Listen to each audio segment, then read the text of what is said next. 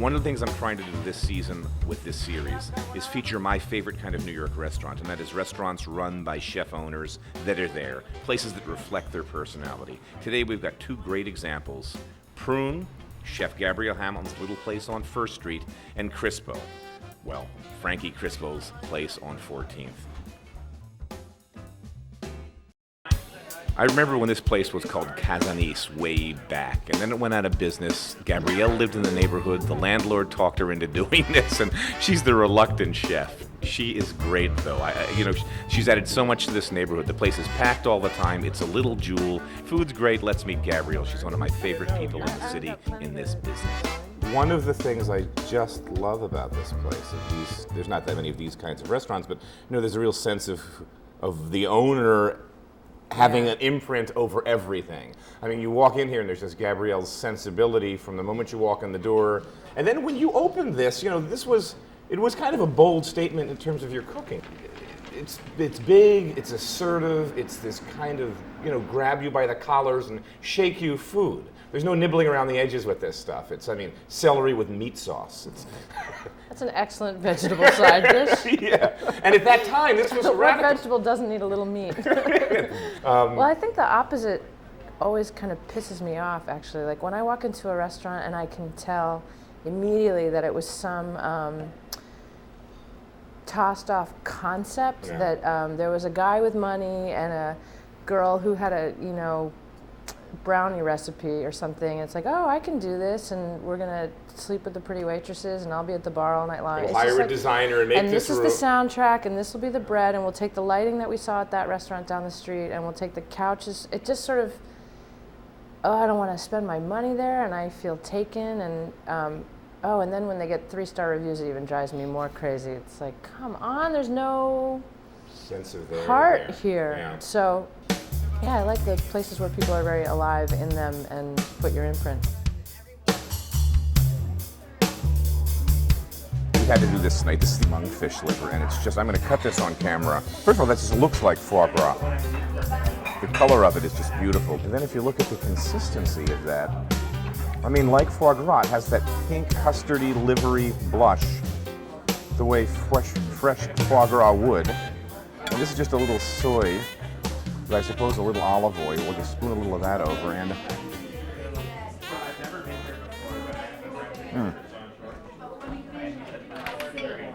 it's perfect.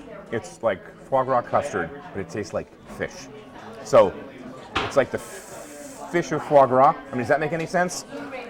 Almost like a light tuna kind of that not fishy fish, but just like a little bit of a tuna kind of a flavor to it, but all of the unctuous, what do the Japanese call that? Unami, that fifth flavor, hot, sweet, salt, sour, and the Japanese have that word unami. It's just full of that unctuous richness. And then it's got this great oceanic thing right in your face that's just...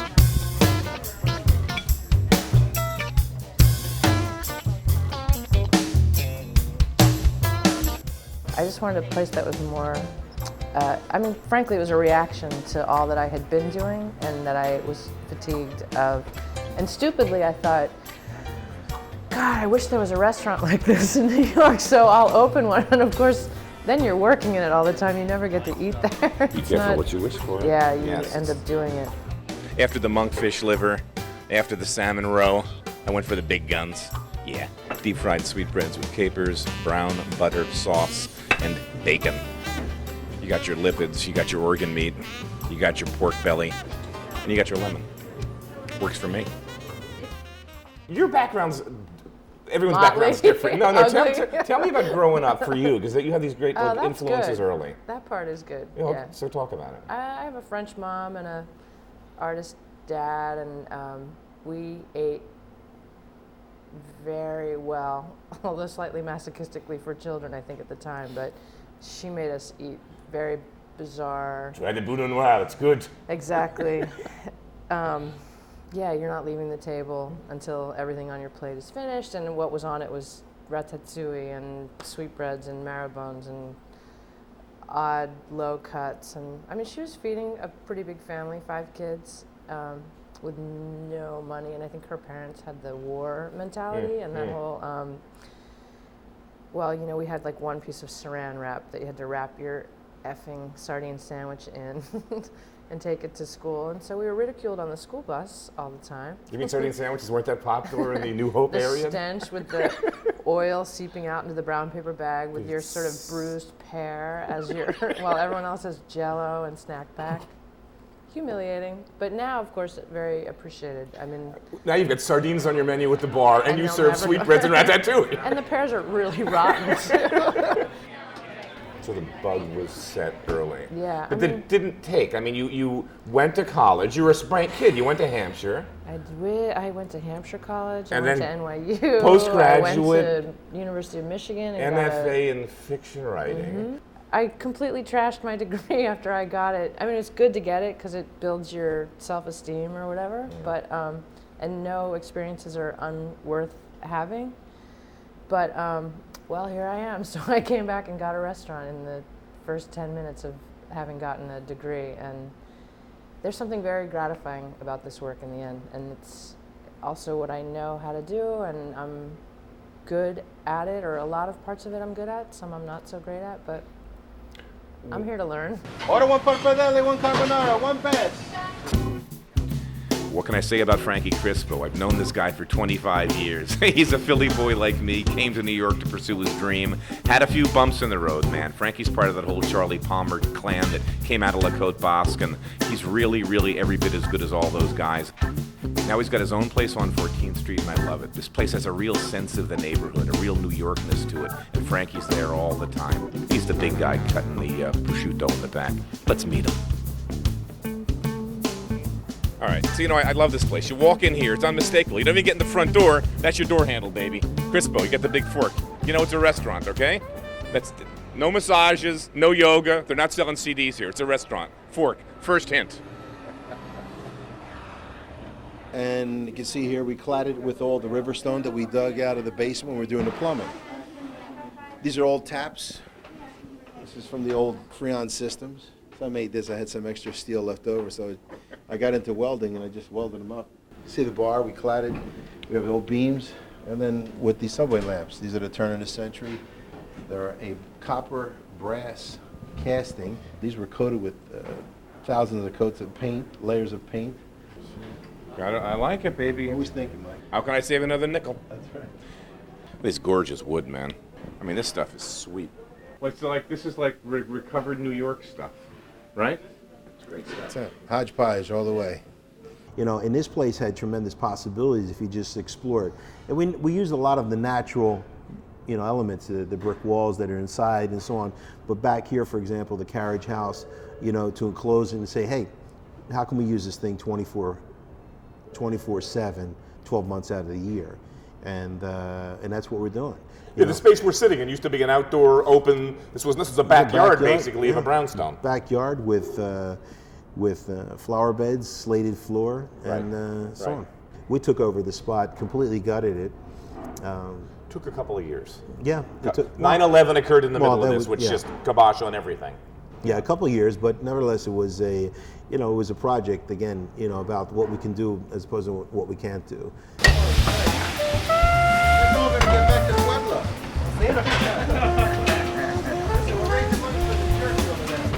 Pretty food, Frankie. What's on top? That's sauteed.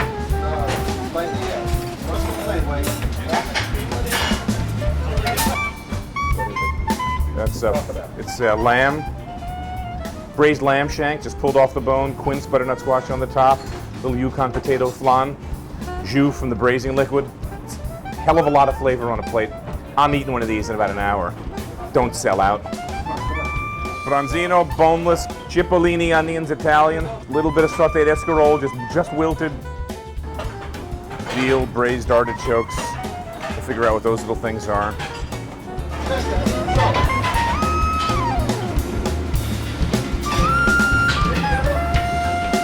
For people that don't, tell me your story. When did you start cooking? When did you get the bug to do this business? Oh, geez, well, it's a neighborhood restaurant back in Philadelphia. Northeast. Yeah, I was washing pots and pans at like 12 and a half years old. And working for an Italian restaurant back then, labor was cheap, so they loved to promote, And I grew up in that restaurant, working, every station and everything. And then I decided to either become a plumber like my father or go to Culinary Institute. So I went to the Culinary Institute in 1978. I finished up in 1980. I stayed on for a fellowship. And then I landed myself here in New York City at La Côte Basque in 1980 when Rushu first took over. That's what we smelled.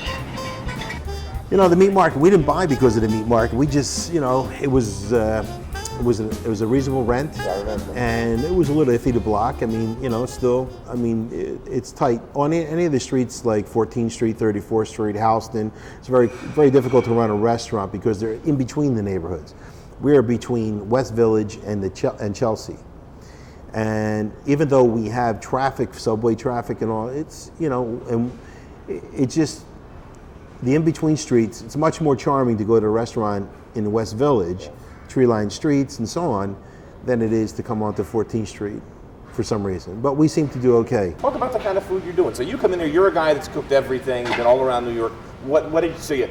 What did you want to do? Well, I knew that I didn't want to do what I did in the past, because anytime you go into a 4-pan pickup into a restaurant, you're just looking for trouble. And today's restaurants, you have to be, people don't want to have food that's played with. They want very clean flavors. Braised veal breast is such great meat. Veal breast is just layers of fat and meat. Braised veal breast, confit of tomato, mozzarella, buffalo mozzarella on top, broccoli rabe in the middle of tomato sauce. I am drooling, and I can't do voiceovers when I'm drooling. I want this. Prosciutto, San Daniele prosciutto. So very specific, a little less salty than some of the other prosciuttos, a couple of weeks left. Then they just air cure it, and it's an old, this is like really buttery, nuanced. It's beautiful meat. I'm gonna eat this tonight before I eat all the other stuff I said I was gonna eat. Neighborhood supporting you got people coming in. Yeah, we're steady enough that we feel the support from the neighborhood. We always have to sharpen our pencil though. We never rest on our laurels here. We just, always reinvent, not try and reinvent, but relook what we're doing. And because bottom line is, we might think we know what we're doing, but do the customers get what we're doing? Yeah. What do I cook after this show? I don't know. Can fourth and long? Can I punt on this, guys? Give me a few hours to figure it out. I'll meet you in the studio and we'll shoot something.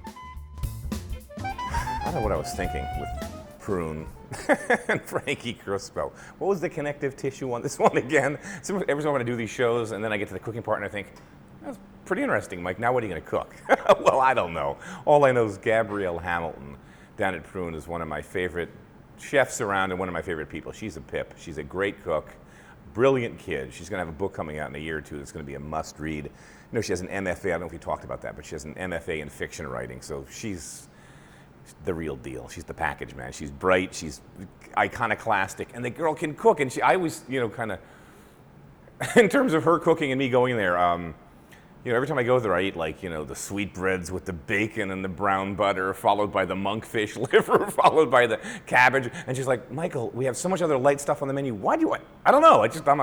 I'm a slut that way. That's kind of food I like. And so I'm thinking I'm not going to cook that. I was thinking to do sweetbreads, do something, but no. And then we were at Frankie's place, and Frankie, man, he's old school. He's in New York. The guy's great. I'm so happy about Crispo because Frankie was in culinary limbo for a while, post Andiamo, which was like 15 years. Floating, doing consulting for Steve Zolas and other people. But he's a fantastic chef, and I love what Frankie's doing at Crispo. It's a great neighborhood restaurant. He's found his spot. He's going to be there like forever. But odd combination. So I thought, okay, put the hat on. Gabrielle does have light food. I'm thinking fish. Let's do fish, and let's do it in kind of a homey, simple style, a nod to Frankie, kind of an Italian-y thing. And I just thought, went to the store, beautiful piece of cod. You can see, really nice, translucent. I'll hold it up. Just holding together beautifully. This is nice. I love cod. Delicate fish. Getting near the end of the season with plum tomatoes. These aren't the best samples I have, but I thought I'd make a real simple base. Garlic, onions, peppers, tomatoes, parsley, basil, and cook that base. So I've got this really kind of nice Mediterranean thing. I'm going to throw some olives in there, some oil-cured olives with pits in them, and let all of those flavors come together. And when I like that sauce, I'm just going to get this cod, plunk it in, put a lid on, poach. 3, 4, 5 minutes till this cooks. Let it sit, take it out, extra virgin olive oil. Simple homey food with great bread. You know, Gabrielle cooks like this. Her mom was French. Her dad was a stage designer. She has a real sense of style, of European style cooking. Frankie, Italian American. So we're going to, hey, you don't like it? Complain. Anyway, we're going to start with the sauce business. So, got the knife, got the, it's the usual knife I use. Seems bigger. All right, I'm leaving the skin on. This is nothing fancy. And again, these are end-of-season tomatoes, so they're kind of in varying degrees of ripe and not ripe, but they're not bad. So we'll make a little sauce. It doesn't have to be too soupy, but just enough. And this is one of these dishes where the ingredients are just going to kind of steer the process. I'm going to salt these a little, because the salt's going to help bring the juice out early. So just toss them now. And let the sauce pull some juice up. Clean my cutting board, and I'll be right back. We'll do this in the order that we're going to cook it. So let's start with this onion. Nothing fancy, just a little dice.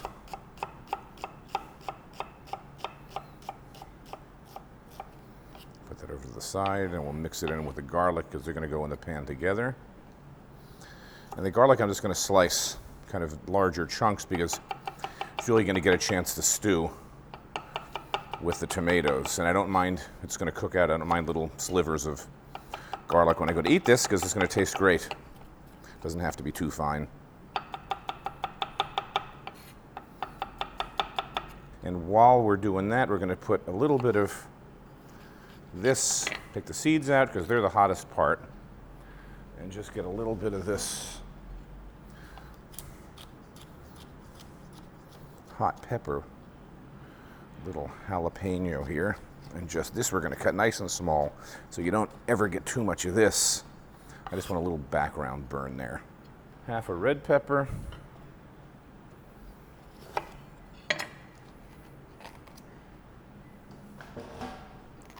Half a green pepper.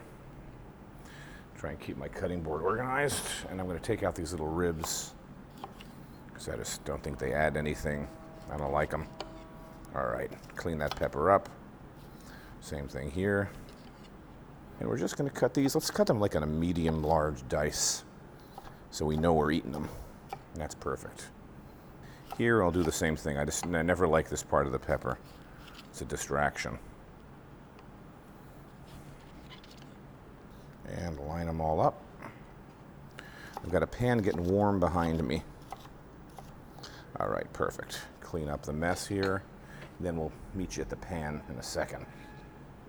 All right, pan is hot, so we're going to start this time with a little bit of beautiful extra virgin olive oil because I just want that flavor. Oh, beautiful. Olive oil has a pretty low smoking point, so we're just going to go right in with the garlic, onion pepper combo.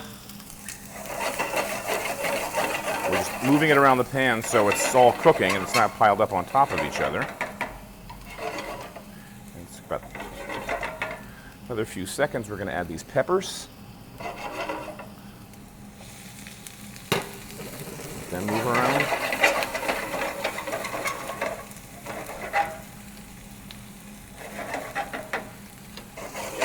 I don't have any color yet in these onions. This is just about where I want them. They've cooked, you can see. Peppers are showing some signs of the heat. Now, remind me not to salt anything after this because this tomato was salty. And we're just going to let these break down now under the heat. Apply heat to tomatoes and they cook. Real simple formula. We'll keep an eye on that pan and come back in about 2 minutes because I'm making my sauce. This is the base of the dish. Here I just have a rough mix of basil leaves and flat parsley. And we're just going to chiffonade it, and this is going to go right in to that tomato, pepper, onion action behind me. Oh, okay. All right, I put a lid on this pan just to knock those tomatoes down a little. Now I'm going to hit it with a whole bunch of fresh basil and parsley. And I've got these olives here. We were debating whether we should pit them or not. So if you want to pit them, you just squeeze the pits out. Oh, we'll pit them, all right. This will cook safely. The hard ones, forget about it. These are like what they call oil-cured olives, but the truth is they're salt-cured. And some of them just get really dry because the salt dries them out. But I love these because the flavor is really concentrated. Typical olive from Morocco. See them all over the place in big vats, salted. And I just love the flavor of these olives and these kind of stews. All I'm going to do now is plunk the fish down right on these. And I'll season the fish ever so slightly. And I had some of these little butter beans from a previous episode. And I'm just putting them in because you know what? I don't want to waste them.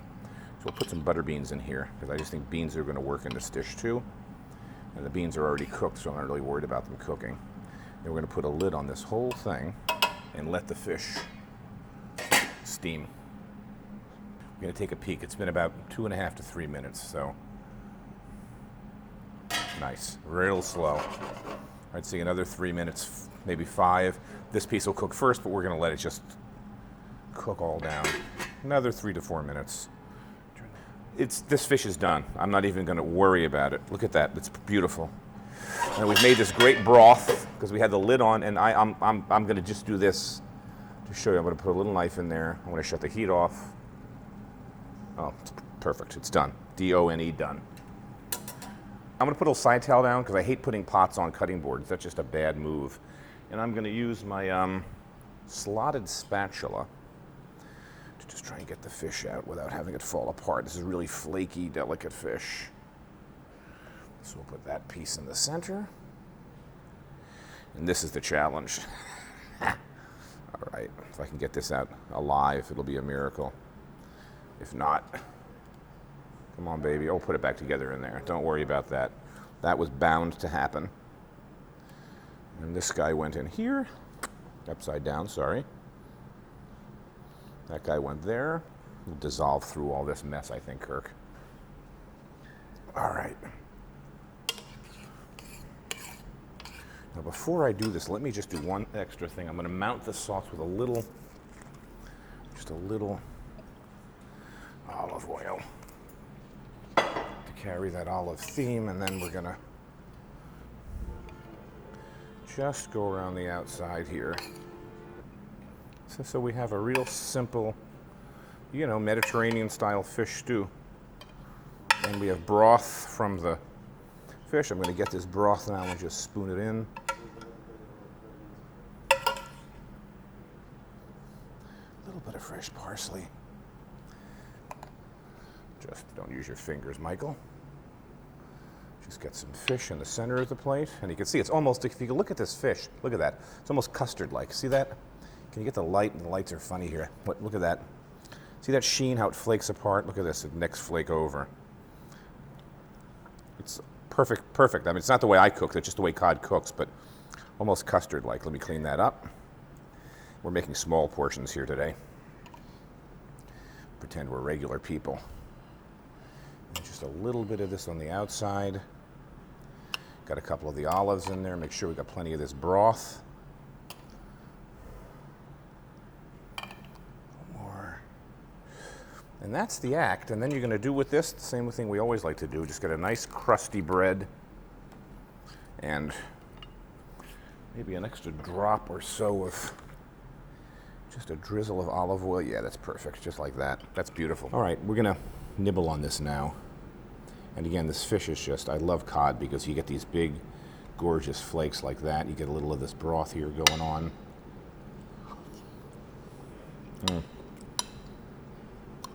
Just simple, good fish stew. Great. What's this, a 30-minute meal? What would that take me in real time? 30, 35 minutes in real time. Winter, summer. Well, tomatoes aren't in season in the winter. But you could use a passata. You could use a substituted tomato in there. A crushed tomato, just drained a canned tomato. It'll work, but good, simple food. Prune, Crispo. Again, these are some of my favorite restaurants in the city. What I'm trying to champion is places where there's a chef, a sense of the person who's there, and the restaurant's an expression of that personality. And, two great examples are Gabrielle at Prune. She's just a pip. Her food's phenomenal. A must-go place. And Crispo, Frankie's always there. He's the big guy behind the slicer. And if you go in the back room, he's got about 50 of those Burkle slicers lined up. Great New York chefs, great simple food. Better than what I'm making here, but hey, we can play around at home. So, eat well, eat fish, eat well at every occasion, and see you next time. Thanks. All right, Kirk, nibble on this.